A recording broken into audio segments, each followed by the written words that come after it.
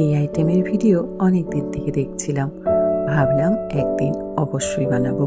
নমস্কার বন্ধুরা, আমি মঞ্জুরি। আমার এই ছোট্ট ভিডিওতে আপনাদের সকলকে স্বাগত জানাচ্ছি।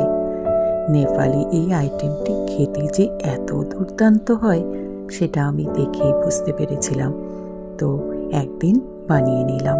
প্রথম দিন অবশ্য ভিডিও করিনি, খেতে এত ভালো লেগেছিল। তারপর আমি অনেক দিন এটা বানিয়ে খাই, কারণ বাড়িতে তো দই থাকে। আর এই নেপালি চুকনি রেসিপিটি বানাতে খুব কম ইনগ্রেডিয়েন্টস লাগে, দেখতেই পেলেন।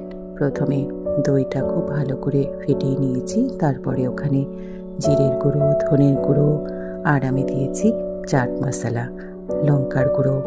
লঙ্কার গুঁড়োটা দিলে খুব সুন্দর কালার হয়। সাথে পেঁয়াজ কুচি, লঙ্কা কুচি, ধনেপাতা কুচি, আলু বয়েল করে টুকরো টুকরো করে কেটে দিলেই হলো, আর নুনটা পরিমাণ মতো। ব্যাস, এইবার ভালো করে মিক্স করে দারুণ একটি তড়কা লাগানোর পালা।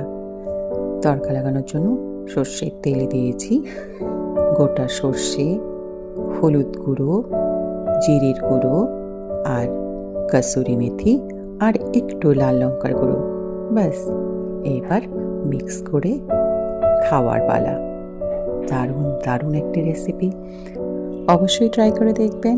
আজকে তাহলে আসি, বাই বাই।